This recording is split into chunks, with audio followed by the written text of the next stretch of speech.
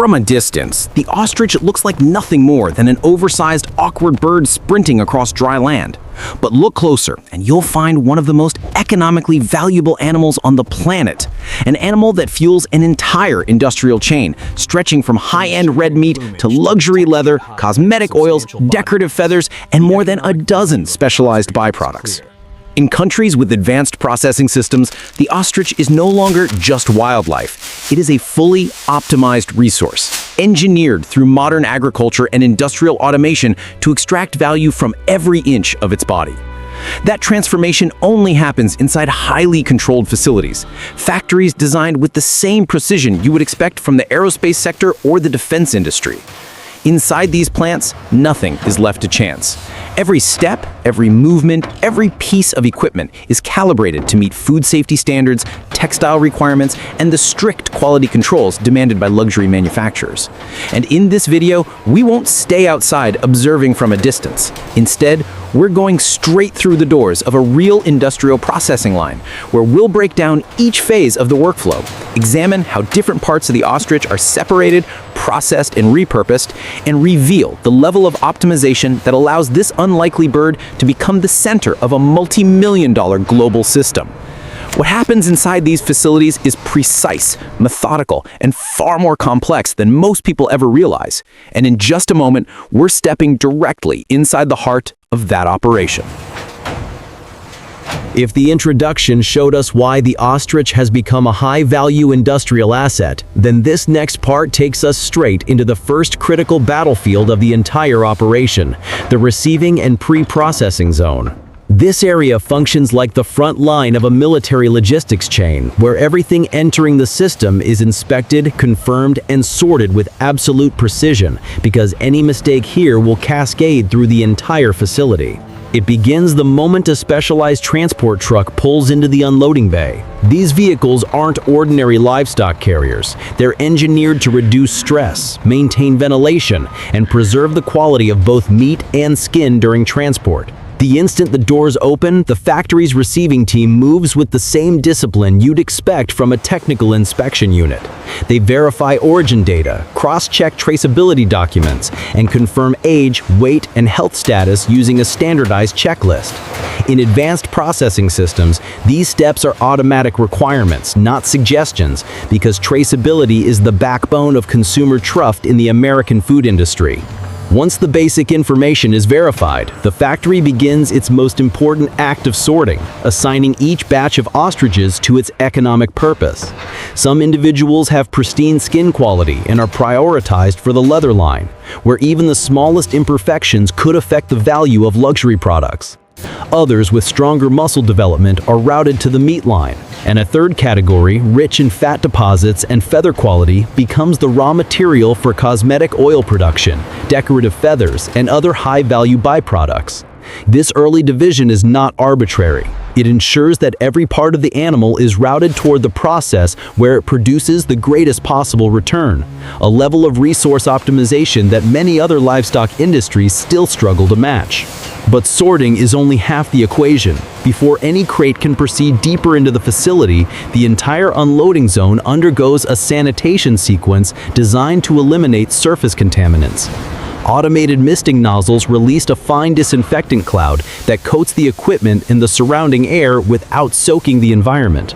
The floor, coated in industrial anti-slip epoxy, channels water through strategic drainage slopes that lead to a filtration system operating just beneath the surface. This area looks simple at first glance, but in reality, it acts as a controlled barrier, ensuring that no outside bacteria load enters the high-precision processing zone. In modern American food factories, the sanitation corridor is treated with the same seriousness as an airlock in an advanced military facility. Everything must pass through it, and everything must come out cleaner than it went in. And then comes the regulatory pressure point that defines American food manufacturing: USDA inspection. No batch moves forward without being cleared by trained inspectors who review operational conditions, vaccination histories, transport logs, and feed records. Each step is designed to eliminate uncertainty. When a batch passes inspection, a QR-coded identity tag is assigned to it, turning every crate into a traceable data point that can be tracked all the way to the packaged product. In practice, this means that an American consumer scans a pack of ostrich meat, they can find out exactly when and where the animal entered the system, how it was raised, and how it moved through the factory. This level of transparency is one of the reasons why the industry maintains such high standards and why global markets often look to the United States for processing benchmarks. Only after all these checks are complete does the factory initiate one of the most defining moves of the ostrich industry, the tri-lane distribution. While most livestock industries send their animals into a single processing line, ostrich facilities divide them immediately into 3 parallel streams: meat, leather, and byproducts. This design is what makes ostrich processing uniquely efficient. The meat line focuses on yield, muscle structure, and temperature control. The leather line prioritizes skin preservation and surface integrity, preparing hides for the luxury market. And the byproduct line handles feathers, oil-rich fat, eggshells, and bones, everything that would be wasted in a traditional system. Together, these lines form a multi-branch pipeline, where no part of the animal is overlooked and every gram of material is assigned a definitive purpose. What makes this stage so fascinating is not just the machinery or the automation, but the philosophy behind it, a commitment to total optimization. At this point in the process, the factory is no longer simply receiving animals. It is orchestrating a high-precision logistical operation, synchronizing technology, sanitation, regulation, and market strategy into a single coordinated flow. This is the foundational layer that makes the rest of the facility possible, the point where efficiency begins and the roadmap for every product is drawn. And once this initial battlefield is secured, the operation advances into the heart of the plant, where the real transformation begins. If the receiving zone is the front line where order is established, then the meat processing line is the battlefield where precision and discipline determine the final value of the product. Inside this section of the factory, nothing is rushed and nothing is improvised. Every movement of the machinery, every shift of the conveyor, and every contact with the ostrich carcass has been engineered to protect yield, consistency, and safety. This is where the animal becomes food, real, premium-grade, high-value protein, and the entire system operates with the same rigor you would expect in a defense manufacturing plant. The process begins the moment the carcass enters the pre-processing chamber. Here, high-pressure water jets sweep across the surface in controlled arcs, stripping away contaminants and preparing the body for cutting. The camera could linger on the stainless steel nozzles firing in sequence, each one calibrated to apply just enough force to clean without damaging delicate muscle fibers. Once the washing cycle is complete, the carcass moves onto an immaculate stainless steel conveyor that transports it toward the semi-automated cutting line. The movement is steady, unbroken, almost ceremonial, because at this stage, the factory treats the meat with the utmost respect, ensuring structural integrity before the first blade even touches it. Then comes one of the defining technical steps of ostrich processing, the separation of major muscle groups. Unlike cattle or poultry, the ostrich yields a unique set of prime cuts that command premium prices in high-end dining. The fan fillet, taken from the upper leg and shaped like a wide, muscular fan, stands at the top of the hierarchy, densely packed, tender, and exceptionally clean.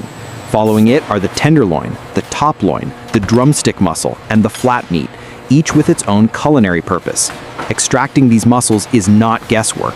Pneumatic knives make deliberate, uniform cuts with surgical accuracy, preventing tearing and ensuring every piece maintains its natural grain. The meat glides across the cutting line as overhead cameras analyze its color profile, measuring freshness and ensuring no piece falls outside the factory's strict quality thresholds. It is a dance between steel, sensors, and protein, an assembly choreography governed by data and precision. Once the muscles have been separated, the next stage turns raw material into consistent, market-ready portions. Portion control machines take over, cutting meat into standardized weights of 150 grams, 250 grams, or 500 grams. For a viewer unfamiliar with food manufacturing, the speed and accuracy of these machines are startling. Each portion hits its target weight within a narrow margin of error, allowing the factory to build 3 distinct product lines. The first is the premium steak cut, deep red, low in fat, with a texture similar to high-quality beef but a cleaner nutritional profile. The second is ground ostrich meat, prepared for retailers on high-volume kitchens that need lean, robust protein. The third is standardized meat blocks intended for restaurant supply chains, where consistency is everything and deviation is unacceptable. In this phase, the factory isn't just shaping meat, it's shaping the entire downstream market, controlling how chefs, retailers, and consumers experience the product. With the cutting and portioning complete, the operation moves into the cold chain, the final critical barrier protecting the meat's quality. Vacuum sealing removes up to 98% of the oxygen from each pack, preventing oxidation and preserving the vivid red color that chefs and customers expect. Immediately after sealing, the meat enters a rapid freezing chamber at temperatures reaching -40 degrees Celsius, locking the muscle fibers in place and preventing ice crystal expansion that would otherwise degrade texture. From there, the product transitions into a -20 degrees Celsius cold room where it waits for distribution. Whether the destination is a steakhouse in Austin, a boutique health store in California, or a major online retailer shipping nationwide, the cold chain ensures that the ostrich meat that leaves the factory is molecularly identical to the meat that entered moments earlier. And here's the strategic point that sets ostrich meat apart from the beef industry. There is no need for dry aging. There is no weeks-long delay, no storage racks tying up space, no evaporation losses eating into profitability. The ostrich moves from carcass to final product with exceptional speed, allowing factories to cycle inventory rapidly and minimize holding costs.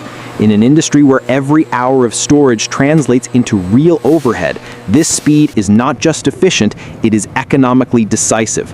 The ostrich supply chain, unlike beef, is built for rotation, not waiting. By the end of this sequence, the viewer understands that the meat processing line is not simply a place where animals become cuts. It is a highly optimized system where engineering, biology, and industrial design converge. Every step is tuned to extract maximum value while maintaining uncompromising quality. The result is a product that stands confidently beside premium beef, not as an imitation, but as a category of its own, shaped by a production model built for precision, speed, and total control.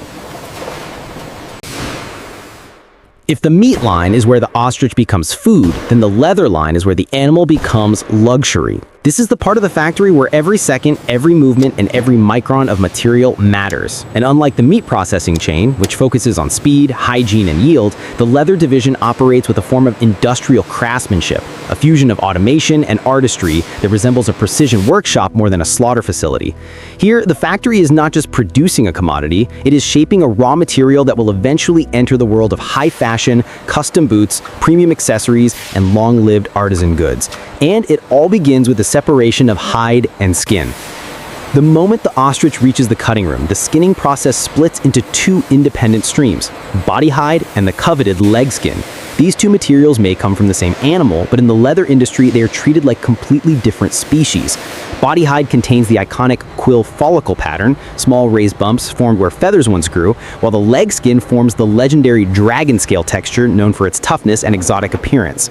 As soon as the skin is removed, it enters the first stabilization stage. Vibrating tables shake loose soil, dust, and remaining feather residue. Cameras scan each sheet of hide, measuring thickness variations across every square inch. The system then automatically classifies the hide into grades A, B, or C based on texture, uniformity, and surface quality. In leather processing, grading is not merely administrative. It sets the foundation for the economic destiny of every piece. But the real battle begins in the tanning department, the most complex and time-consuming portion of the entire ostrich processing chain. Tanning is chemistry, engineering, and patience fused into a single workflow. The hide first enters a soaking phase where water restores suppleness and prepares the fibers for chemical treatment. It then moves into dehairing, where fine remnants of feather shafts are removed in a tightly controlled chemical bath that must be strong enough to clean the hide, yet gentle enough to protect its delicate follicle pattern. The next step is liming, which causes the collagen fibers to swell, opening the microscopic channels that allow tanning agents to penetrate deeply. After that, the hide is shaved on heavy steel rollers, shaving machines that peel away microscopic layers of tissue to achieve perfectly even thickness. Only then does the leather enter the tanning drum, where it is treated either with chrome salts for durability and softness, or plant-based agents for a more natural traditional finish. This phase can last hours or days, depending on the desired characteristics. Finally, the hide goes through dyeing, drying, and surface finishing, emerging as a material that is unrecognizable from its raw form: smooth, flexible, richly colored, and ready for luxury production. Among all ostrich-derived materials, none commands more prestige than the leg skin. This is where the factory elevates the ostrich from agricultural product to true luxury commodity. Leg skin carries the unmistakable dragon scale pattern, a geometric mosaic of raised knots and deep ridges that cannot be replicated synthetically. It is thick, dense, and exceptionally durable, which is why it's prized for cowboy boots, premium wallets, and high-end phone cases. Processing leg skin requires more time and a different tanning profile than body hide. The collagen structure is tighter, the texture more rigid, and the required pliability takes longer to achieve, often 20 to 30% more tanning time than the body hide. In the leather world, this additional time is not a drawback, it is an investment, one that results in a product with near indestructible lifespan and iconic texture. Once both body hide and leg skin are fully tanned, the inspection and packing stage begins, arguably the most data-driven moment in the leather pipeline. Laser measurement grids map each piece, calculating usable surface area with millimeter accuracy. Automated color verification panels ensure dye consistency, especially for markets where uniformity is critical. The hides are rolled, moisture-controlled, and sealed in breathable wrapping designed to stabilize humidity during shipment. From there, the material can go in many directions, to American leather workshops in Texas and Montana, to boutique accessory makers, to global fashion houses, or to industrial buyers who transform ostrich leather into everything from boots to watch straps. Regardless of destination, the packing line ensures that every tanned hide leaves the factory in a condition worthy of its price. And here lies the strategic truth of this entire section. The leather and leg skin division represents 30 to 40% of the total economic value of a single ostrich. Meat may feed the market, but leather funds the enterprise. It is the reason why ostrich farming remains profitable, why the global trade is so tightly regulated, and why factories invest so heavily in precision equipment. If the meat processing chain is the backbone of the operation, then the leather chain is its beating heart, the division where engineering meets artistry, where raw material becomes luxury, and where the economic identity of the ostrich is ultimately defined. If the leather division represents the heart of the facility, then the byproduct zone functions as its circulatory system, the part of the plant that ensures nothing is wasted and every remaining resource is transformed into economic value. In many industries, byproducts are an afterthought, a secondary concern left to the margins. But in a modern ostrich processing complex, the byproduct department is engineered with the same tactical precision as the meat and leather lines. This is where the factory proves its industrial intelligence, converting feathers, fat, eggshells, and bone into materials with their own specialized markets. In the world of advanced manufacturing, this isn't scrap, this is strategy. The journey begins with feathers, a material that may look delicate, but carries tremendous commercial potential when processed correctly. Freshly collected feathers are spread across long stainless steel grading tables, where automated brushes and airflow systems separate them by length, softness, curvature, and color. High-grade A feathers, supple, symmetrical, and visually consistent, go straight into the fashion and studio industries, where they are used for couture garments, stage props, and high-end decorative work. Meanwhile, grade B feathers, which may be slightly coarser or shorter, are not discarded. Instead, they transition into an entirely different industry. When bound into precision dusting wands, ostrich feathers become one of the best tools in the world for cleaning camera lenses, scientific optics, and delicate electronics. The softness that nature engineered becomes a professional asset, and the factory ensures that every plume finds its optimal purpose. The next branch of the system deals with fat, specifically the thick, lipid-rich deposits that distinguish ostriches from most other livestock. In the rendering room, fat enters high-temperature chambers where it melts into golden liquid. The molten fat is filtered to remove impurities and then fed into a centrifuge that separates pure ostrich oil from any remaining solids. What emerges is a clean, lightweight oil prized by cosmetic manufacturers for its absorbency and skin repair properties. In an industry obsessed with natural ingredients and sustainable sourcing, ostrich oil has carved out a niche with surprising global demand. Beyond fat and feathers lies another valuable resource: eggs. Ostrich eggs are enormous, structurally strong, and highly versatile. Grade A eggs enter the food supply chain, where they become components in commercial baking or specialty culinary markets. Grade B eggs, cracked, misshapen, or unsuitable for food, still carry value through their shells. These shells are washed, dried, and routed into the craft and decor industries. Thanks to their thickness and fine pore structure, ostrich eggshells are prized by artisans who carve, paint, and sculpt them into decorative lamps, ornaments, and collectible items. What might be waste in another industry becomes a canvas in this one. Finally, the system addresses the heaviest byproduct, bone. Industrial grinders reduce ostrich bones into fine powder, which is then incorporated into animal feed formulations as a calcium-rich supplement. This powder strengthens feed efficiency, supports livestock bone development, and replaces synthetic additives. Certain bones, particularly leg bones with unique shapes, are diverted to specialty workshops that turn them into knife handles, art pieces, or rustic decor items. The material is strong, workable, and naturally textured, making it well suited for handcrafted accessories. Taken together, the byproduct division reveals a simple but powerful truth. The modern ostrich processing facility wastes almost nothing. Every feather, every gram of fat, every shell fragment, every bone finds a role in a secondary industry. This is not just recycling, it is a full-spectrum optimization strategy, the kind often seen in cutting-edge sectors like aerospace waste recovery or circular manufacturing systems. In an era when global industries are racing towards sustainability and zero-waste models, the ostrich plant stands as a near-perfect example of how an integrated operation can extract value from every component of a single biological resource. Here, efficiency isn't just a goal, it's an ideology.